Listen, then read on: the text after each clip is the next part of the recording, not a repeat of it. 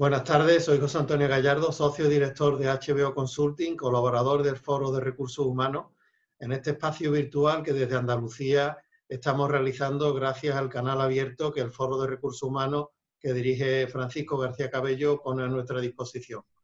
Hoy, día 13 de mayo, estamos en pleno proceso de desescalada y concretamente en Andalucía hemos pasado a la fase 1, es esto de las provincias de Málaga y Granada que continúan en la fase 0. El Foro de Recursos Humanos es el primer espacio en la radio y en Internet dedicado a las personas y a las empresas desde la actualidad y las nuevas tendencias en gestión de empresas. Analizamos el presente y el futuro de los recursos humanos de las voces de sus protagonistas. Hoy me complace presentaros a Pedro Guanche. Pedro Guanche nace en Sevilla, está casado, actualmente ocupa el cargo de director de desarrollo organizacional y tecnología en Vidafarma. Desde su posición dirige las áreas de recursos humanos, sistemas de información, ingeniería, producción, logística y transformación digital. Ha desarrollado su carrera en el ámbito de la dirección de recursos humanos en empresas como Carrefour y Persam. Compatibiliza su actual responsabilidad con la de profesor del área de recursos humanos en diferentes escuelas de negocios, destacando la EOI, donde además es coordinador de la materia, ¿no?, del MBA que imparte. En lo que respecta a su actual empresa, Vidafarma, se trata de una distribuidora farmacéutica que opera en todo el territorio nacional, con una cuota de mercado del 25% y una plantilla de más de 1.800 trabajadores. Bueno, Pedro, muchas gracias por tu presencia, ¿vale? Lo que me gustaría sería que nos contaras algunas de tus aficiones, ¿no? Que siempre me gusta hablar de ellas, pero en tu caso no tenía referencias. Bueno, pues la verdad es que tengo una afición muy fuerte, que ahora tengo poco tiempo para hacerla, que es que me gusta mucho la bici de montaña. Me gusta mucho hacer deporte y casi el poco tiempo que tengo lo dedico a perderme por las montañas de Andalucía, incluso a nivel federado, competir siempre, no de una manera profesional, pero sí alguna competición amateur, pues es a lo que dedico el poco tiempo del que dispongo, la bicicleta, básicamente. Me ha faltado también conocer el número de hijos que tienes, ¿no? Sí, bueno, tengo dos niños, ya niños ya es por llamarle algo, uno ya universitario en formación digital, porque están recibiendo la formación a través de, y el otro pues a punto de entrar en la universidad de aquí a un par de años. Dos varones que también me acompañan en mi afición deportiva, por lo cual tengo una gran ventaja ahí de que me acompañan en la bicicleta de vez en cuando. Muy bien, disculpa. A ver, hay un tema para que no se enfaden. Yo nací en Palma del Río, que es un pueblo de Córdoba, aunque vivo en Sevilla hace muchos años, pero nací en Palma del Río, ¿no? Por puntualizarte ahí al principio. Muy bien, Pedro. Bueno, pues la primera pregunta yo creo que es obligada porque además todo el mundo está ahora mismo pensando en este tema, ¿no? Y es que evidentemente ha habido una falta de esto en cuanto a la necesidad de disponer de EPIs, ¿no? De mascarillas, de guantes, etcétera. Y evidentemente a mí personalmente me ha pasado, ¿no? En muchas ocasiones cuando iba a la farmacia, ¿no? Y te ponían el cartelito que no hay, ¿no? Entonces, bueno, podemos decir que ya las farmacias cuentan con medidas de protección como las mascarillas o los guantes y sobre todo pensando además en los empleados que se tienen que ir incorporando a los puestos de trabajo, ¿no?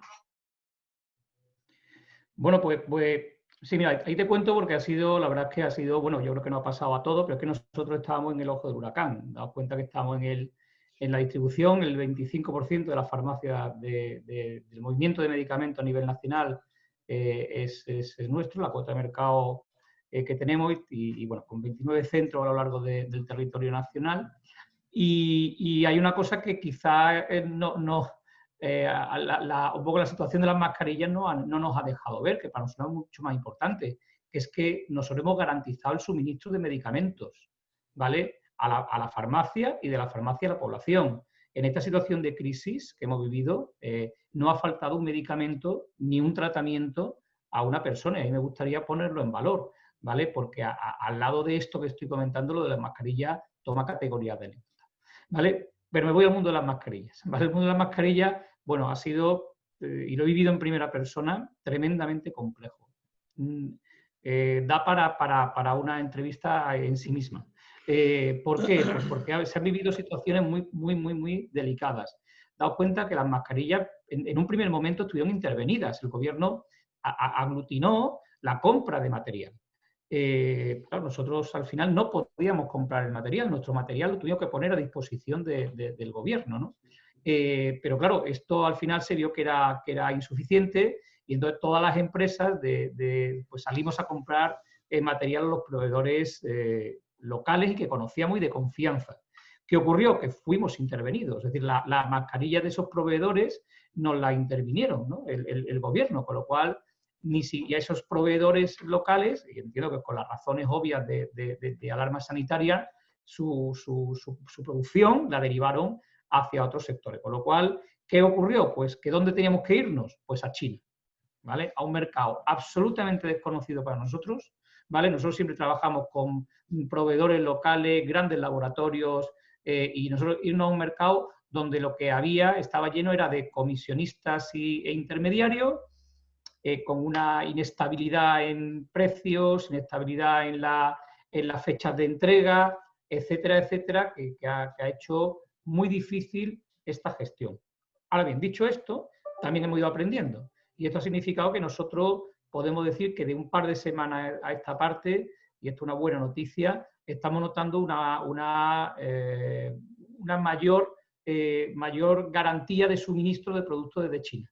De hecho, hay un suministro más o menos estable, y digo más o menos, con lo cual todo puede hacer ver que si esto sigue así, pueden haber pasado las mayores dificultades que hemos tenido en materia de mascarilla, porque ahora hay un momento que tú bien has dicho que es muy importante, que es la desescalada y la reincorporación de las personas a los puestos de trabajo, e incluso noticia de hoy mismo, se está hablando el día 13 de mayo de la obligatoriedad del uso de mascarillas en la población, que hasta ahora nuestro gobierno había dicho que no era necesario, y hoy se empieza a oír esa noticia, que no sabemos hacia dónde derivará, pero podemos decir que si no volvemos a las andadas, ¿vale? Parece que hay un cierto suministro estable, ¿vale? de este tipo de productos.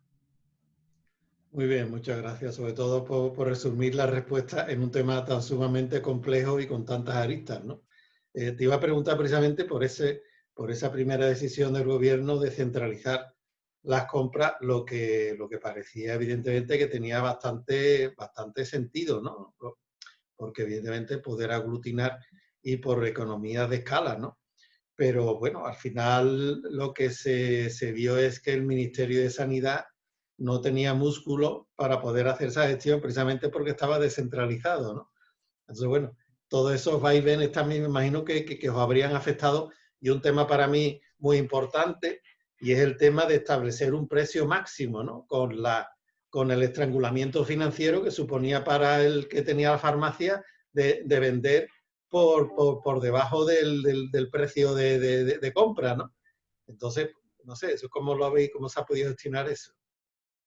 Bueno, yo aquí te vuelvo a decir que el gobierno nos habrá enfrentado, pues lo mismo que nos hemos enfrentado nosotros, a unas situaciones de mercado terribles, complejísimas, desconocidas por todos, y donde hemos tenido que ir aprendiendo casi sobre la marcha, ¿no?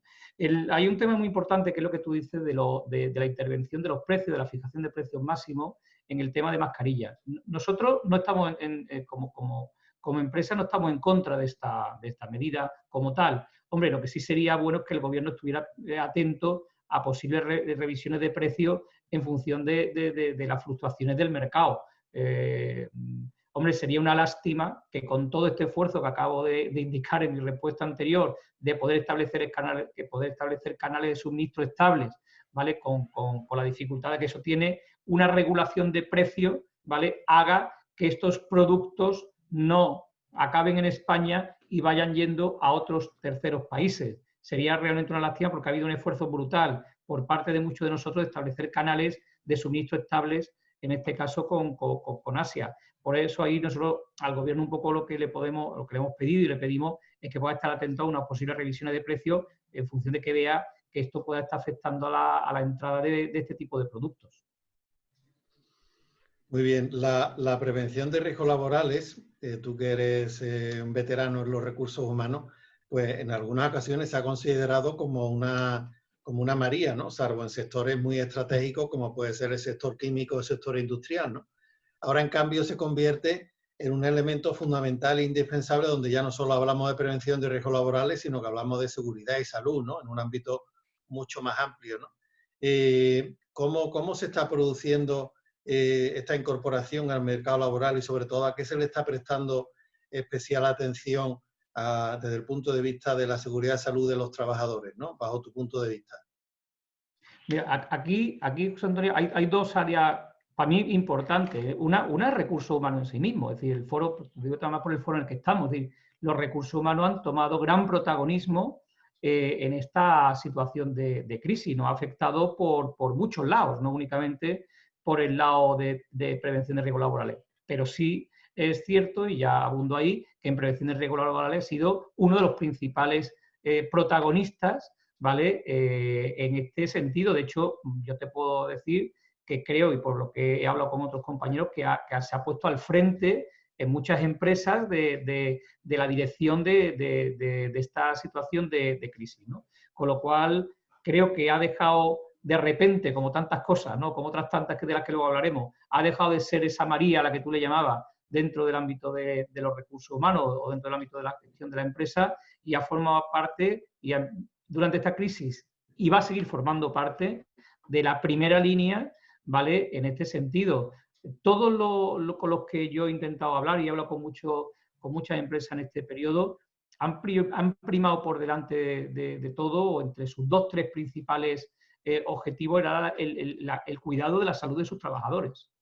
Y muchos de ellos por convicción, otros de ellos porque si no, no podían producir, pero fuera por lo que fuera, ¿vale? La salud de los trabajadores ha sido lo primero y ahí es donde han estado los departamentos de PRR, donde muchas empresas se han vuelto para atrás a buscarlos, cuando nunca o anteriormente no le habían echado demasiada cuenta, ¿no? Con lo cual, creo que han sido protagonistas y van a seguir siendo protagonistas en un escenario futuro. El protagonismo inmediato, en el futuro más inmediato, la desescalada, la reincorporación, ¿no? Es lo que estamos viviendo ahora, también va por sectores y va por área. La desescalada, ¿qué es lo que pues la sigue protagonizando PRL, sigue protagonizando esa desescalada, tomando medidas de protección de los trabajadores. Hay algo que desde nuestro departamento de PRL nos llevaba a los demonios, que era una infección local que nos obligara a cerrar un centro. Esto es dramático para la producción.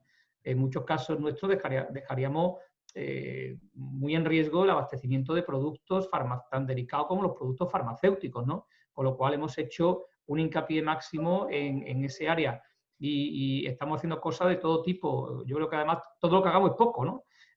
Pues desde el control de temperatura a la puerta de los centros hasta cuarentena preventiva de personas que tengan algún tipo de sintomatología, incorporación de servicios médicos con un plantel de médicos que prácticamente han hablado con todas las familias de nuestros 1.800 trabajadores y han hablado con los médicos, médicos de empresa que hemos puesto a disposición de las personas, asesoramiento psicológico para aquellas personas que esto le hubiera afectado. Bueno, y luego todo el tema de limpieza de instalaciones, separación de puestos de trabajo para que un turno no se pisara con otro turno, por si ocurría algún tipo de infección local, poderlo tener encapsulado y, por supuesto, el producto estrella, ¿no? Que yo le llamo que el teletrabajo, ¿no? Que luego creo que hablaremos, sí.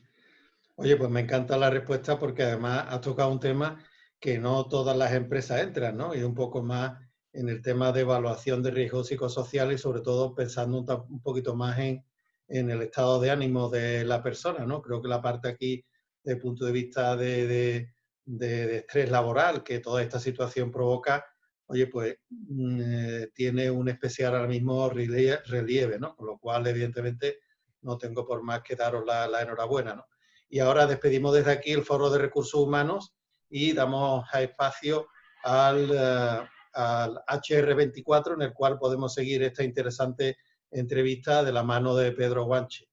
Continuamos. O sea, nosotros esta situación de falta de proveedores y de locales, de tener que acudir a mercados desconocidos para abastecer a la población. Hablo desde mi sector farmacéutico, pero entiendo que también ha debido ocurrir en otros muchos sectores, pues esto hace bueno, que esto haya que darle algún tipo de pensada, sin duda, incluso hablando de la propia crisis que pueda traer en tema de transporte, ¿no? Luego, a nivel más nuestro de recursos humanos, pues creo que hay dos departamentos que se han reforzado. Uno es el departamento de PRL, del que antes hemos hablado, y todo el tema de la salud va a estar muy por delante de lo que ha estado hasta ahora en nuestras prioridades. Y también, por lo que a mí me afecta, el departamento de informática, ¿no? Los departamentos de informática son los que están dotando a las empresas para que podamos hacer cosas. Y son departamentos de informática que van a seguir reforzados. La inversión en tecnología creo que va a salir reforzada y un primo negativo que tiene esto, que es la ciberseguridad, que ahora mismo pues se han echado las cosas como se han podido, pero que estamos dejando agujeros que están siendo muy peligrosos. Ya he escuchado algún caso en esta línea, ¿no? Luego ha habido lecciones que hemos aprendido de un plumazo. Por ejemplo, todo el tema de la cultura del presentismo, ¿vale? Pues a través del teletrabajo, oye, pues hemos visto que no hace falta estar presente para que la gente rinda. Y eso nos lo hemos encontrado de repente, con lo cual estas son buenas lecciones, ¿no? O situaciones de las cuales podemos sacar valoraciones positivas. Pero a mí aquí no me gusta precipitarme, José Antonio, me gustaría, creo que todo esto estamos apuntando, que efectivamente por ahí vienen cosas interesantes, pero creo que aún falta tiempo para saber cuán de realidad y cuánto de estructural o cuánto de coyuntural tienen este tipo de cosas. Muy bien, yo creo que si algo también estamos viendo es evidentemente cómo la responsabilidad social empresarial pues se está poniendo en valor y justo ahora en los momentos más críticos, ¿no? Porque evidentemente uno de los efectos más importantes que está teniendo esta crisis es evidentemente la bolsa de pobreza que va a dejar, ¿no? Entonces hay ejemplos interesantes, muchísimos, ¿no? Desde ejemplos evidentemente personales, como puede ser el presidente de Mercadona, que va a donar su sueldo anual, que no es poco, a la bolsa de alimentos, desde pasando por empleados de Telefónica, que son muchísimos también, que van a donar su cheque de restaurante también al Banco de Alimentos. Es decir, que creo que ahora mismo es el momento de la solidaridad, es el momento de, como decía el catedrático Enrique Rojas, hay que pensar en grande para actuar en pequeño, ¿no? Porque te tienes que acordar que tienes a tu lado, ¿no? Entonces ¿crees que ahora mismo, sobre todo pensando en la marca como empleador, esto se convertirá en un elemento diferenciador? Sí, esta crisis ha sacado nuestra parte más solidaria. Uno de los factores positivos que ha tenido en el ámbito interno, en lo laboral, y luego en muchos de nosotros sentirnos privilegiados de estar en un sector o no estar afectados por otra, en comparación con otras personas que sí han tenido una afectación mucho mayor.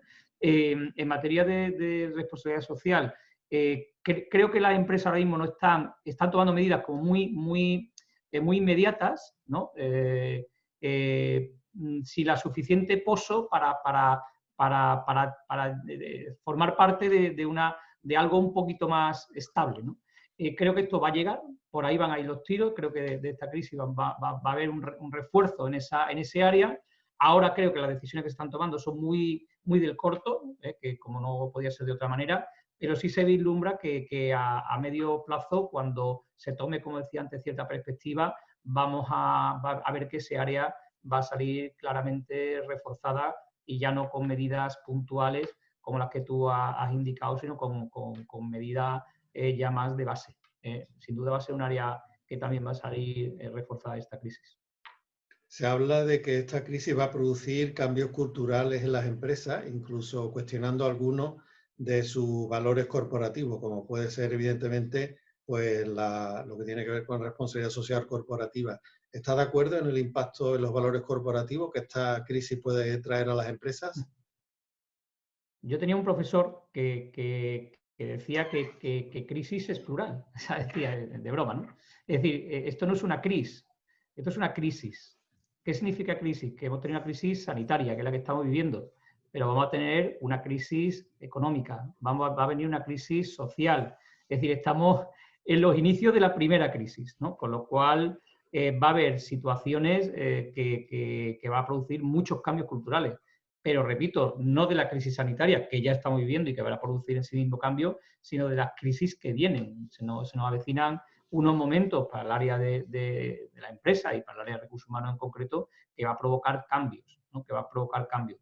Cambio en todos los sentidos y por centrarnos en nuestra área de recursos humanos, en materia de, por ponerte, en materia de lo que hablábamos, del teletrabajo, de la flexibilidad, del tema de conciliación, en materia de formación, cómo vamos a abordar la formación de nuestros trabajadores, en materia de selección, qué criterios, qué competencias van a requerir en un entorno que es diferente al que era hace 2 meses. Hay que reformular esto, ¿vale? O incluso en materia, algo que nos preocupa mucho, que es en materia de dirección de equipos.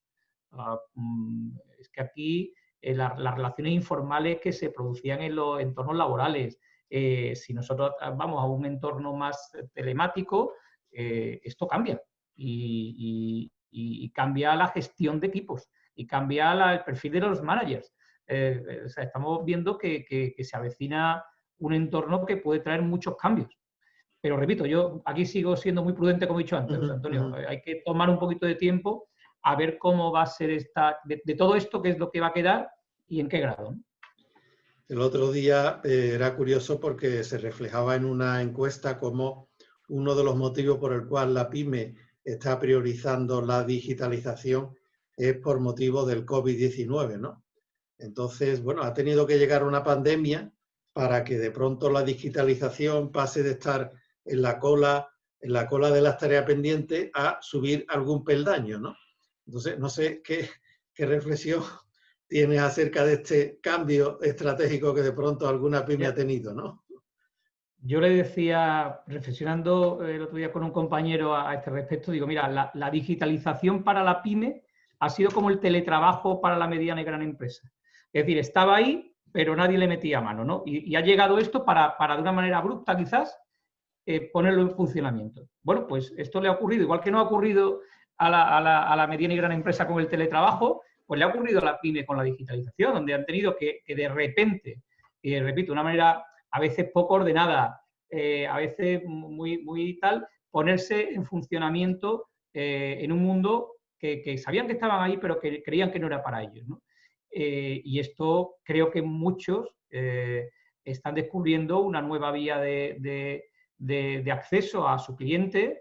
El cliente también está descubriendo una nueva vía de acceso a su PYME, y esto sin duda ha venido para quedarse también. Es decir, el tema de la digitalización en la PYME, muchas de ellas están descubriendo un mundo muy interesante, compatible sin duda en un futuro con el mundo anterior. No desaparecerá el anterior, será compatible, pero se le ha abierto una nueva ventana, ¿no?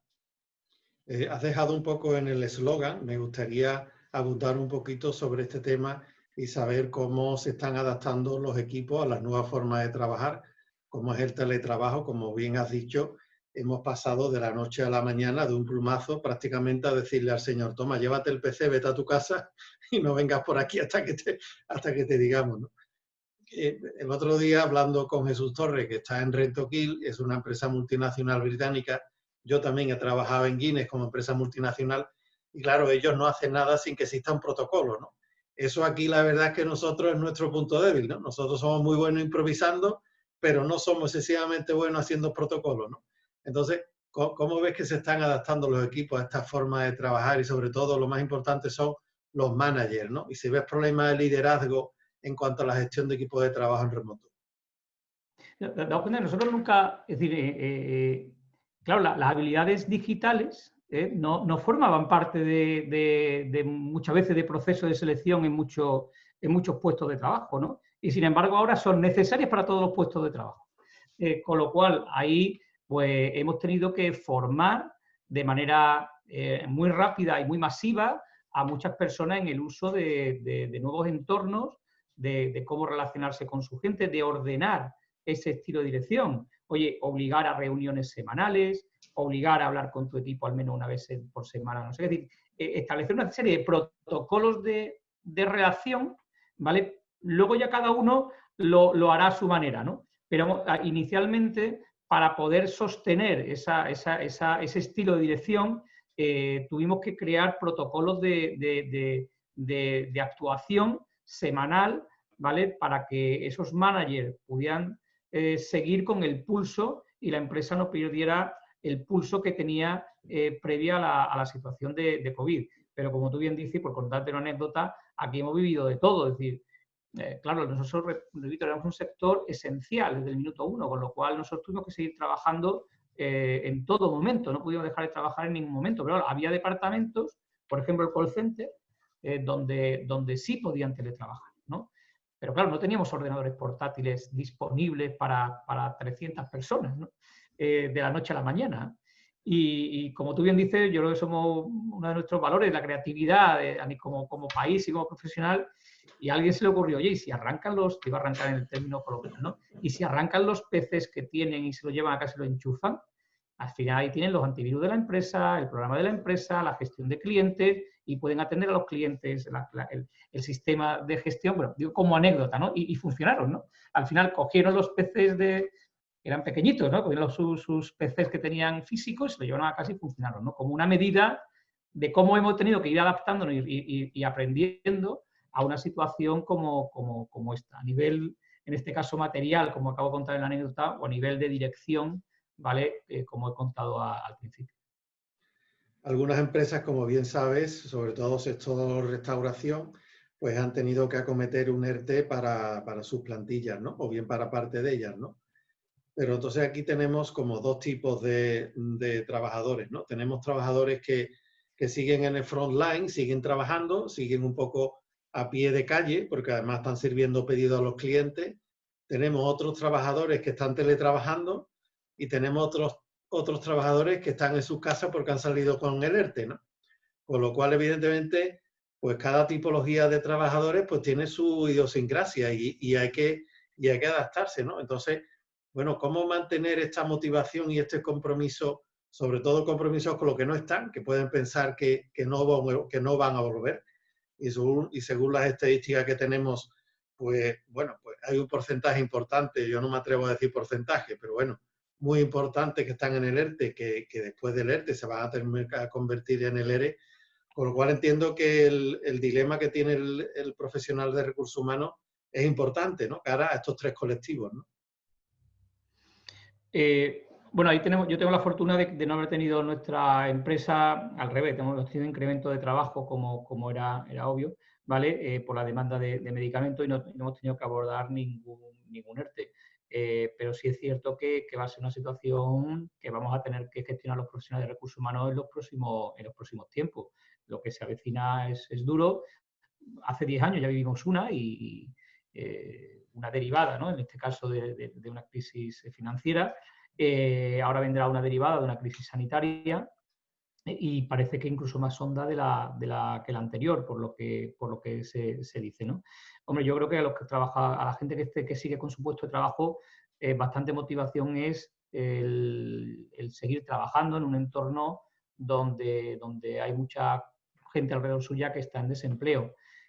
También aquí diferenciaría, José Antonio, entre los momentos, ¿no? No es lo mismo hoy, día 13 de mayo, que el 12, 14, 16, 18 de marzo, donde había un miedo terrible y donde nosotros tuvimos que abordar que los trabajadores tuvieran que ir a su puesto de trabajo, porque fuimos declarados servicio esencial y cuando toda España estaba confinada, nosotros teníamos que seguir acudiendo a los puestos de trabajo. Ahí tuvimos que gestionar mucho la motivación o el miedo más que la motivación, porque lo que había era terror para acudir al puesto de trabajo en esos escenarios. Estoy hablando de mediados de marzo, mediados de abril.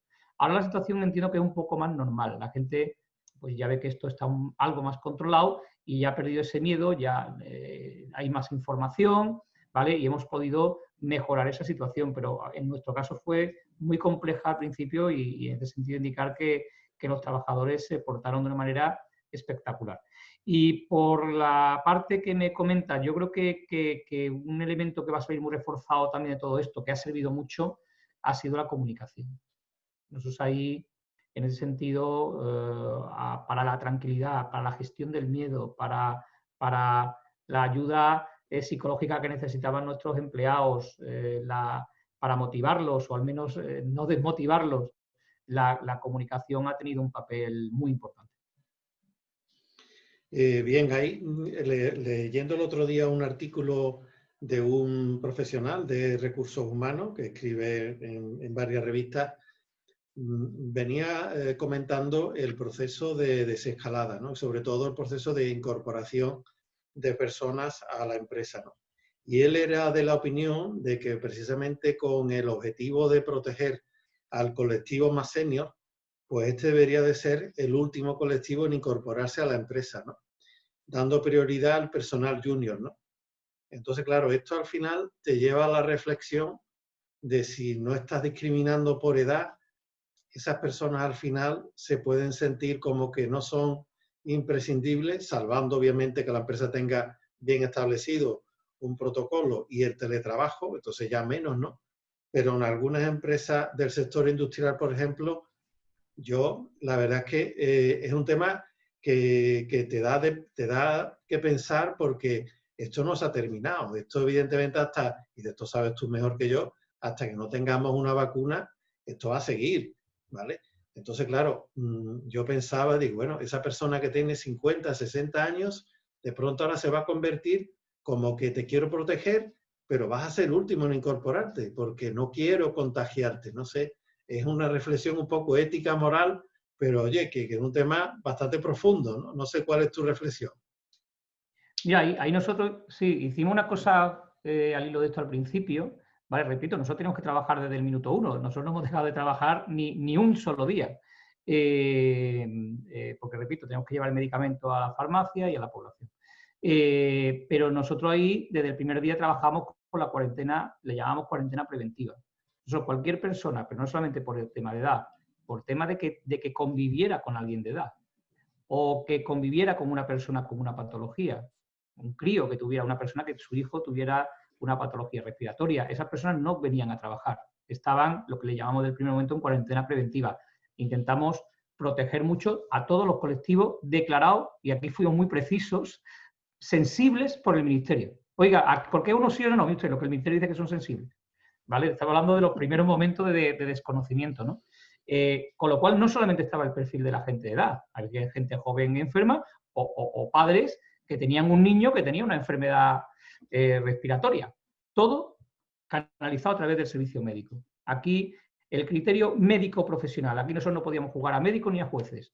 Esto se ponía en contacto con el criterio médico y el servicio médico nos decía, esta persona tiene que estar en cuarentena preventiva. Y nosotros hemos sido capaces de admitirlo. Y decirte una cosa, José Antonio, muy interesante, la solidaridad del resto de la plantilla hacia entender este tipo de situaciones ha sido máxima. Oye, que esta persona no puede venir y yo tengo que hacer mi trabajo y el suyo, lo hago, porque yo soy sano, estoy sano y oye, colaboro. Que era un miedo al principio, de oye, igual la gente va a decir, ¿y yo por qué tengo que hacer lo mío y lo del otro, no? Porque si yo vengo a trabajar me estoy poniendo en riesgo. Y esto, repito, nosotros tenemos un almacén en Madrid, que sabéis que era uno de los sitios más complicados, o en Alcázar de San Juan, un sitio también muy afectado, ¿vale? Y el miedo es mayor que en otras provincias, ¿no? Y tuvimos que gestionarlo, y la plantilla tomó una iniciativa de valentía y de ir hacia adelante en este tema. Y por acabar con la respuesta, segunda obsesión, y esto es difícil a lo mejor de tal, que los centros de trabajo fueran tanto más, o sea, fueran más seguros que un supermercado. Dice, oye, ¿qué medida podemos tomar para que un centro de trabajo sea más seguro que un supermercado? ¿Vale? Y que casi igual de seguro que el domicilio de un trabajador. ¿Para qué? Para que decir, usted se viene aquí, pero que las posibilidades de infectarse son menores que las que usted pueda tener en su vida de confinado diaria, ¿no? Entonces, ahí fuimos, todas las medidas de higiene en los centros de trabajo fueron máximas del primer momento, con unas inversiones brutales. Muy bien, aunque efectivamente al ser servicio esencial no habéis tenido que acometer medidas más traumáticas, pero bueno, tú eres experto también en la parte jurídico-laboral y bueno, has estado al corriente porque te conozco y sé de tu interés en seguir la legislación y bueno, la verdad es que se ha producido una cascada legislativa, yo diría que difícilmente digerible, ¿no? Y que, bueno, se ha convertido en un auténtico rompecabezas para los profesionales de índole laboral, ¿no? Entonces, no sé si las medidas actuales que está contemplando el gobierno, los famosos ERTES, ahora, bueno, pues se ha ampliado hasta final de junio por el acuerdo con los empresarios, ¿no?